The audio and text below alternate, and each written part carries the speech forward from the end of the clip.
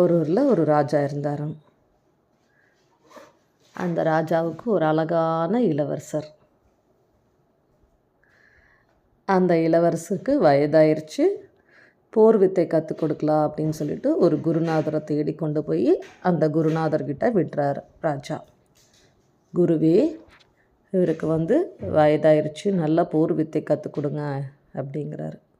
சரி, குருநாதர் என்னங்கிறாரு, சரி நான் விட்டுட்டு போங்க, ஒரு 6 மாதம் கழித்து கூட்டிகிட்டு போங்க அப்படிங்கிறாரு. சரின்னு குருக்கிட்ட இளவரசரை விட்டுட்டு ராஜா திரும்பி போயிடுறாரு.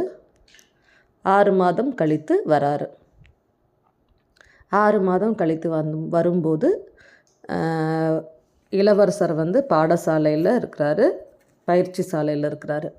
அந்த பயிற்சி சாலையில் நல்லா எல்லாத்துக்கூடையும், அதாவது தூண், துரும்பு, கதவு, நலவு எல்லாத்தையும் அடிச்சிட்ருக்கிறார். நல்லா குத்துன்னு குத்திகிட்ருக்காரு.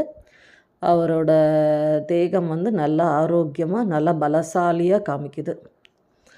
அவருக்கு நிறைய விழுப்புண் வந்திருக்கு, நிறைய புண்ணாகிருக்கு. அவரோட உடம்பு ஃபுல்லாக புண்ணாகிருக்குது, அடித்து. அப்போது ராஜாவுக்கு ஒரே சந்தோஷம். சரி, குருநாதர் நல்லா பயிற்சி கொடுத்துருக்குறாரு, இவ்வளோ ஆக்ரோஷமாக சண்டை போட்டுட்ருக்குறான் இளவரசர் அப்படின்னு சொல்லிட்டு, சரி குருக்கிட்ட சொல்கிறாரு, நல்லா பயிற்சி கொடுத்துருக்கீங்க, நான் இப்போ கூட்டிகிட்டு போயிடுறேன் அப்படிங்கிறார். அப்போ குரு சொல்கிறாரு, இல்லை பயிற்சி பத்தாது, இன்னொரு 6 மாதம் கழிச்சு வாங்க அப்படிங்கிறார். சரின்னு சொல்லிவிட்டு இன்னொரு 6 மாதம் கழித்து மறுபடியும் விட்டுட்டு போயிடுறாரு ராஜா. 6 மாதம் கழித்து திரும்பி வரார். திரும்பி வரும்போது அவரோட பயிற்சி சாலைக்கு போகிறாரு. அந்த பயிற்சி சாலையில் ஒரு பெரிய பலசாலியான மாணவன் கூட சண்டை போட்டுட்ருக்கிறாரு இளவரசர். அந்த பலசாலி மாணவன் தான் ஜெயிப்பான் அப்படின்னு சொல்லிட்டு நினச்சிட்ருக்குறாங்க. ஆனால் இளவரசர் தான் ஆக்ரோஷமாக சண்டை போட்டுட்டு அந்த பலசாலி மாணவனை தூக்கி போட்டு துவம்சம் பண்ணிடுறார். குருநாதர் பார்த்துட்டு ரொம்ப சந்தோஷம் ராஜாவுக்கு, நல்லா பயிற்சி கொடுத்துருக்குறீங்க அப்படின்னு சொல்லிட்டு சொல்கிறாரு. அப்போ குருநாதர் சொல்கிறாரு, இல்லை இன்னும் பயிற்சி பத்தாது, நீங்கள் போயிட்டு அடுத்த 6 மாதம் கழிச்சு வாங்க அப்படிங்கிறாரு. ராஜாவுக்கு ஒரே வியப்பு, என்னடா இவ்வளோ நல்லா சண்டை போட்டுட்ருக்கான், இன்னும் பத்தாது அப்படிங்கிறாரு. சரி, என்ன தான் பண்ணுறாருன்னு பார்க்கலாம் அப்படின்னு சொல்லிட்டு மறுபடியும் 6 மாதம் விட்டுட்டு போகிறாரு. 6 மாதம் கழித்து மறுபடியும் திரும்பி வர்றாரு. திரும்பி வரும்போது அங்கே பயிற்சி சாலைக்கு போகிறார். அந்த பயிற்சி சாலையில் 2 மாணவர்கள் சண்டை போட்டிருக்கிறாங்க. அந்த மாணவனில் இளவரசர் இல்லை. இளவரசர் தொலாவறாரு, வேடிக்கை பார்க்குற இடத்துல இருக்கிறாரான்னு பார்க்குறாரு, அங்கேயும் இல்லை.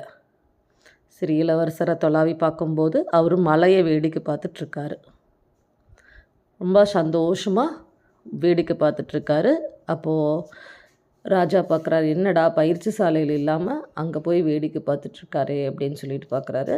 அப்போ குருநாதர் பக்கத்தில் ராஜா கிட்டே நீங்கள் கூட்டிகிட்டு போயிருங்க, உங்களோட பையனுக்கு தேவையான பயிற்சி, இளவரசருக்கு தேவையான பயிற்சி நான் கொடுத்துட்டேன் அப்படிங்கிறார்.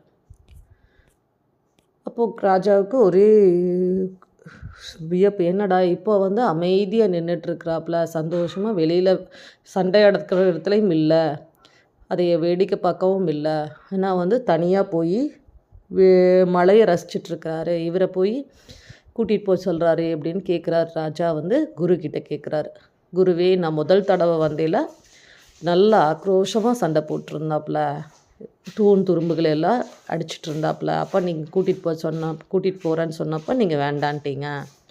ஆனால் 2வது தடவை வரும்போது பெரிய பலசாலி மாணவனை தூக்கியே நல்லா அடித்து துவம்சம் பண்ணிகிட்டு இருந்தார், அப்பாவும் நான் கூட்டிகிட்டு போகிறேன்னு சொன்னப்போ வேண்டான்ட்டீங்க.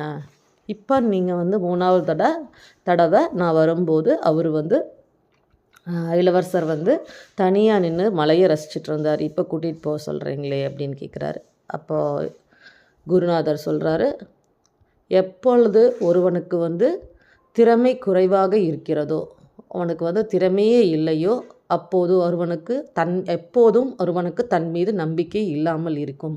அவனுக்கு நம்பிக்கையே இல்லாமல் இருக்குது. அப்போ அவனுக்கு ஆக்ரோஷம்தான் ஜாஸ்தியாக இருக்கும், கோபம் ஜாஸ்தியாக இருக்கும். எப்போ ஒருத்தனுக்கு மற்றவங்க மேல் அன்பு வருகிறதோ, எப்போ அன்பாக நல்லா அன்பு வரும்போது தான் அவனுக்கு வந்து முழுத்திறமையும் அடைகிறானோ, அப்போ வந்து அன்பு வரும் அப்படின்னா, ஒருத்தன் வந்து முழுத்திறமை அடையும் போது தான் அவனுக்கு அன்பு வரும். அவன் வந்து அமைதியாக இருப்பான். அதனால் இப்போ வந்து அவன் வந்து முழுசாக கற்றுக்கிட்டான். இப்போ வந்து அமைதியாக இருப்பான். அதனால தான் நீங்கள் இப்போ கூட்டிகிட்டு போகலாம் அப்படிங்கிற.